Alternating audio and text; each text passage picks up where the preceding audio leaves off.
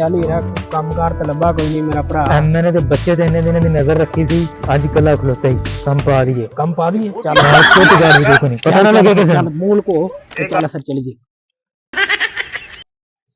बड़ा साइड दे कोई नहीं ਸਾਡਾ ਕੋਈ ਨਹੀਂ ਚੁਗਲਾ ਪੰਜ ਚੁਗਲਾ ਲਾਈਏ। हेलो ਤੂੰ ਬੜਾ ਅਮਨ ਨੇ ਬਣਿਆ ਫਿਰ ਨਾ ਤੇਰਾ ਲਾ ਲੈਨੇ ਹਿਸਾਬ। अभी कराता ਤੇਰਾ ਮੁੰਡਾ ਕੀਤਾ ਸੀ ਕਿਡਨੈਪ। कौन बोल रहा है? मीना डाकू। मीना डाकू का पुत्र है तुम? मैं मीना डाकू बोल रहा खुद बताते खुद। तेरा मुंडा कर लिया किडनैप। साडी गल ध्यान नाल सुनी। तेनू मैं एक बार दसा कि अज शाम तक 10 लाख का इंतजाम होना चाहिए। जे 10 लाख का इंतजाम ना ना आया तो तेरे मुंडे में गोली मार देनी।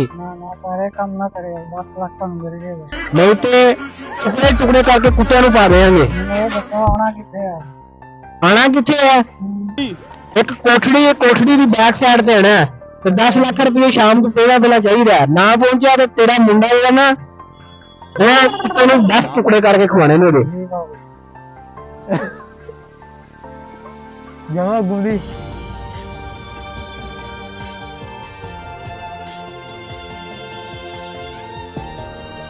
हाँ जी पैसे पूरे ने। सर मेरा बेटा किथे है? बेटा तेरा भी तेन मिल जाना। असि किडनैपर असि किडनैपर गोली मरवा दे फिर। मैं तेन विखावांगा सारा कुछ ही करांगे। आ पैसे दे दे, पैसे असि रख दईए ते बाद च तेरा बच्चा तेन मिल जाएगा।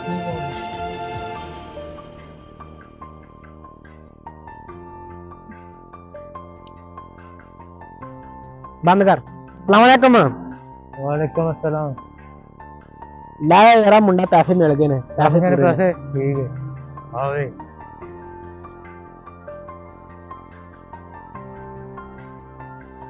चुप अपना मुंडा चल निकल और निकल जा। निकल। पीछे नहीं देखना, पीछे ना देखी पीछे ना देखी। निकल निकल। नास जा नास जा। ले फिर आज ले फिर दिहाड़ी लग गई आ। यार निकल टुक टुक टुक टुक टुक टुक मिनट मार पच नहीं गई पच पच पच पच पच पच।